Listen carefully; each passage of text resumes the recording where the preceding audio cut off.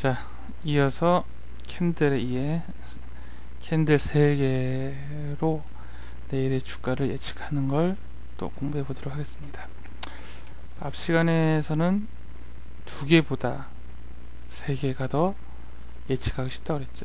특히 중요했던 게 뭐냐면은 이 개파락자리가 굉장히 중요하다고 했습니다. 왜 중요하냐면 어제 10,000원에 팔던 것도 이제는 너무 비싸게 보여서 9,000원에 판다는 거죠. 9,500원에도 시가가 형성되는 게 아니라 9,000원에 형성된다는 것은 9,500원에 내놓으면 못 팔 것 같아서, 팔 수가 없을 것 같아서 9,000원에 내놓는 것입니다. 즉 개파락은 사람들의 공포를 나타내는 그 시기 혹은 공포를 나타내는 심리 상태를 말해주는 것입니다. 하락할 때도 여기서 이제 산 사람도 있을 거 아닙니까? 그죠? 10,000원이 싼 줄 알고 산 사람. 근데 그 다음날 9,000원에서 시작해서 하락해버리면은 여기 산 사람들 혹은 여기 산 사람들도 굉장히 손해를 입게 됐습니다. 그래서 다시 주가가 올라올 때는 어떻게 해요? 10,000원에 산 사람 혹은 9,000원에 산 사람들이 번전이 오는구나 하고 나서 던지게 된다는 거죠. 그렇기 때문에 상승에 커다란 제약이 있습니다. 뿐만 아니라 과거 여기서 폭락을 경험했던 사람, 이 자리에서 폭락을 경험했던 사람은 그 자리가 오면 또 겁납니다. 거기서 또 떨어질까봐. 그렇기 때문에 개파락자리는 상승의 커다란 상승 시에 커다란 저항선의 역할을 하게 됩니다. 자, 이번에는 반대로 상승의 경우는 어떻습니까? 상승의 경우는 이 캔들의 조합 같은 경우는 어떻습니까? 시가가 여기죠. 여기가 시가죠. 자, 시작은 내려옵니다. 근데 그 다음날 어떻게 됩니까? 저 밑에서 시작을 하게 돼서 다시 어제 하락폭의 절반 이상 복구를 합니다. 자, 그 다음날 주가가 오를까요? 내려갈까요? 요것만 보고서 모른다는 거죠. 알 수가 없다는 겁니다. 그죠? 그런데 그 다음날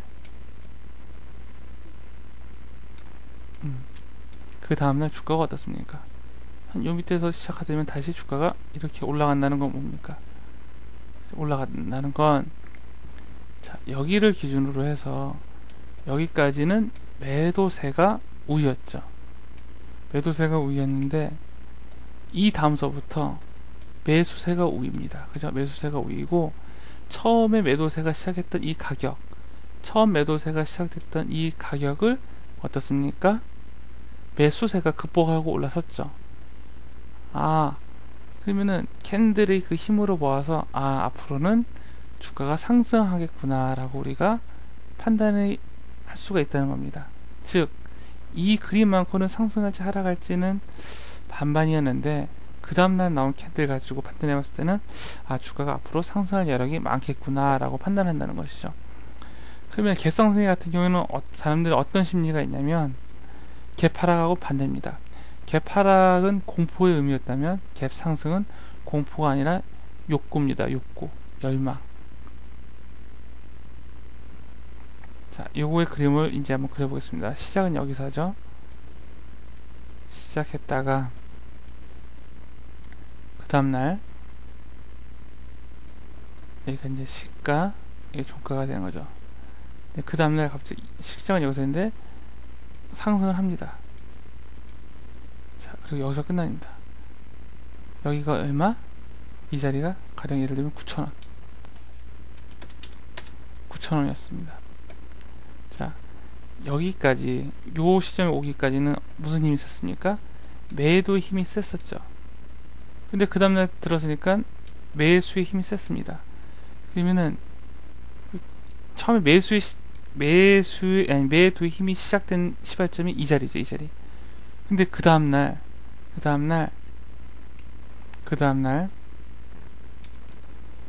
요 매도가 시작됐던 요 자리 위에서 주가가 시작을 하는 겁니다. 주가가 시작을 하고, 그리고 이렇게 올라가는 건 뭡니까? 어떤 의미입니까? 그만큼 매수의 힘이 세다는 거죠. 매수의 힘이 세다는 거죠. 그죠? 그만큼 매수의 힘이 세다는 겁니다. 그리고 이런 갭상승, 이런 갭상승이 의미하는 의미는 뭐냐면, 이제는 9,000원, 9,000원도 이제 싸 보인다는 거죠.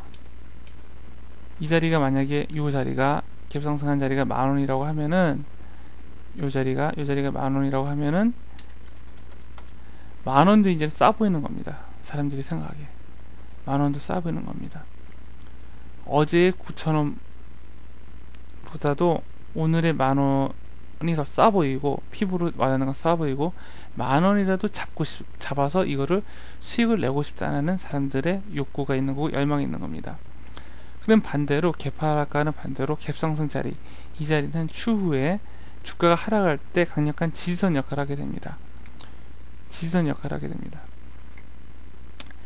왜 그러냐면 상식적으로 한번 생각을 해보자고요. 여기에 9,000원에 산 사람들이 있겠죠. 그리고 그 다음날 더 9,000원보다 더 많은 대가를 주고 10,000원에 지불한 사람이 있습니다.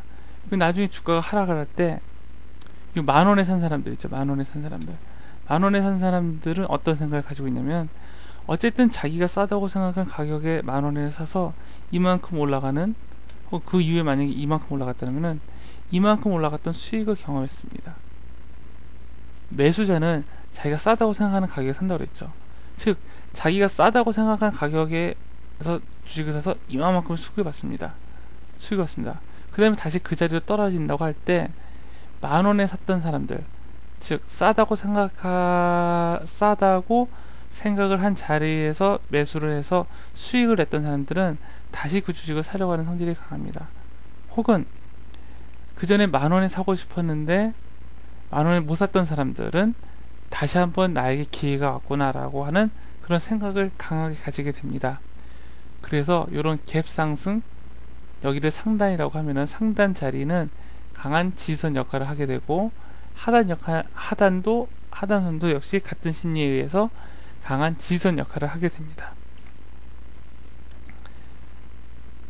갭상승 하단선과 상단선 자리는 지지선 역할을 하고, 갭하락 상단선과 하단선 자리는 저항선 역할을 하게 됩니다. 자,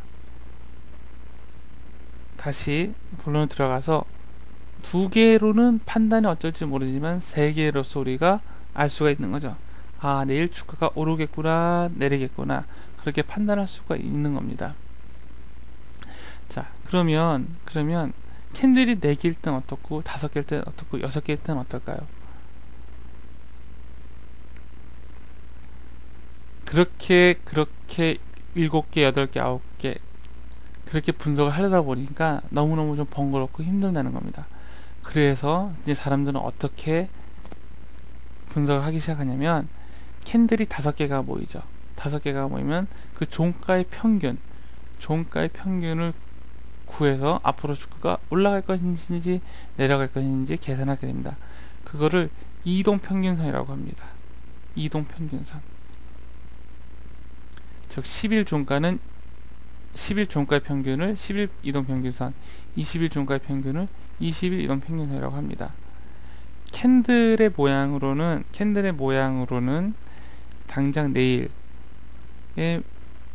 그 주가의 추이를 어느 정도 예측을 할 수 있습니다. 어떻게? 한 개보다는 2개의 조합으로, 2개보다는 3개의 조합으로 예측할 수 있는데, 혹은 1개월, 2개월, 3개월에 해당하는 그 향후의 주가 흐름은 이러한 캔들 개개인의 조합보다는 캔들의 평균을 구한 이동평균선으로